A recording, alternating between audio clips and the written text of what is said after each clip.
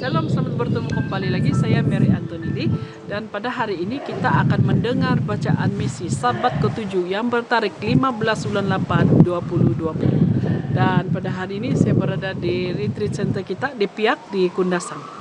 Oke, dan tajuk misi kita pada hari ini adalah doa dan penganiayaan.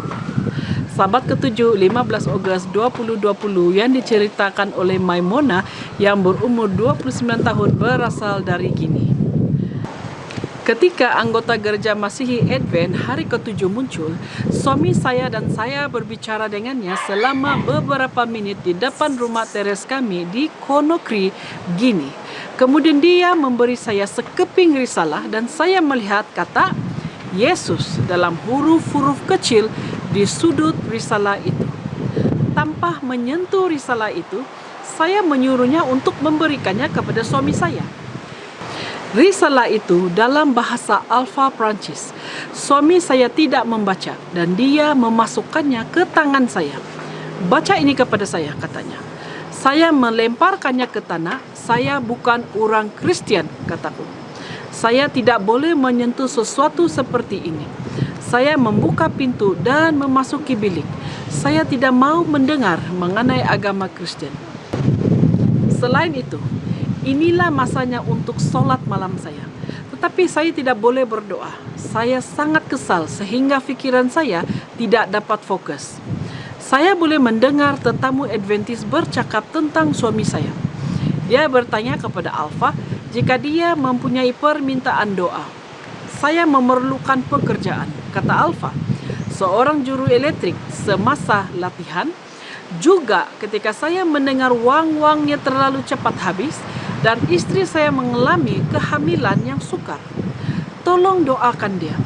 Mendengar kata-kata itu, saya berdiri di luar dan memberitahu Adventis sesuatu yang walaupun suami saya tidak tahu. Semasa lawatan terakhir, saya ke hospital. Dokter memberitahu bahwa bayi saya tidak lagi hidup. Bayi itu berada dalam rahim saya tetapi sudah mati, yaitu sudah meninggal. Suami saya terkejut mendengar berita itu. Tolong doakan saya. Saya memohon kepada para Advent. Dan dia berdoa, jika bayi itu akan dilahirkan, mohon Tuhan, biarkan bayi itu hidup. Tetapi jika tidak, kehendak-Mu akan selesai.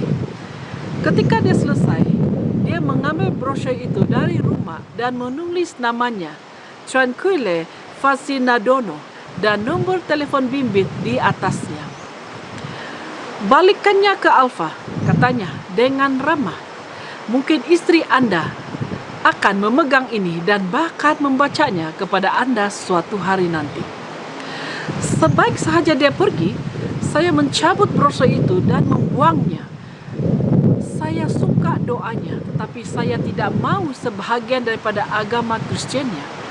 Pada malam itu, saya tidur nyenyak untuk pertama kalinya dalam beberapa bulan. Kesakitan dan pendarahan reda. Semasa saya pergi ke hospital, saya mendapat tahu bahawa doktor telah melakukan kesalahan. Saya tidak pernah hamil. Kemudian anak kecil saya, Anthony, jatuh sakit. Saya membelinya ubat di hospital, tetapi tidak ada yang membantu. Saya masih ingat bagaimana penyakit saya hilang setelah Tranquille berdoa. Mengapa saya membuang risalah dengan nomor teleponnya? Saya memarahi diri sendiri. Keesokan harinya, saya memikirkan nomor telepon ketika saya mendengar ketukan di pintu itu adalah Tranquille. Saya gembira awak ada di sini. Saya menangis. Saya harap saya mempunyai nomor Anda. Tolong doakan anak saya sakit. Tranquille berdoa dan anak saya pulih pada petang itu. Saya dan Alfa kagum, tetapi saya tidak mau pergi ke gereja. Namun, saya tetap mengingati doa Tranquille. Jadi saya memutuskan untuk pergi ke gereja selepas sebulan. Saya sangat tersentuh dengan khotbah dan bertekad untuk menghadiri setiap hari Sabat. Walau bagaimanapun, Alfa hanya hilang selama 2 hari Sabat. dia berhenti pergi ketika rekan-rekan memberi amaran kepadanya bahwa dia akan kehilangan akal. Alfa juga tidak mau saya hadir, tetapi saya pergi tanpa memberitahunya. Selepas beberapa ketika, dia melihat bahwa saya meninggalkan rumah itu setiap hari Sabat, dan rekan-rekannya mengatakan kepadanya bahwa mereka telah melihat saya memasuki gereja. Alfa mula memukul saya. Suatu ketika dia memukul saya dengan tergesa-gesa sehingga saya terpaksa pergi ke hospital.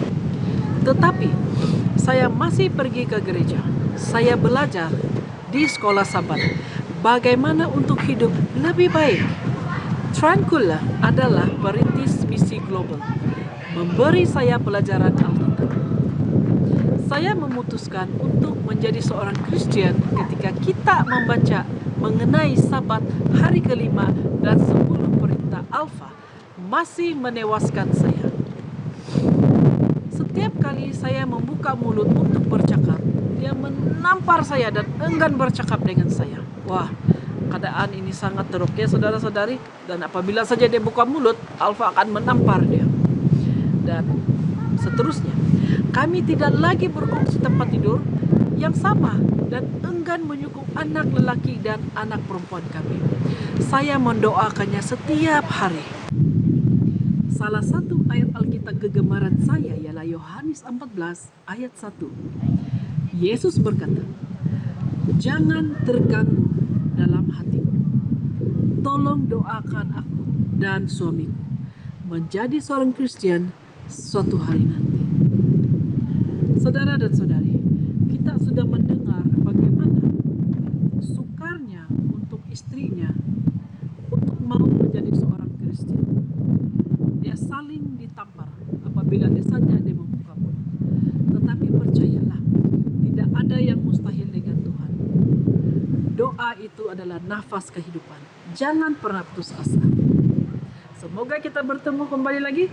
Tuhan memberkati.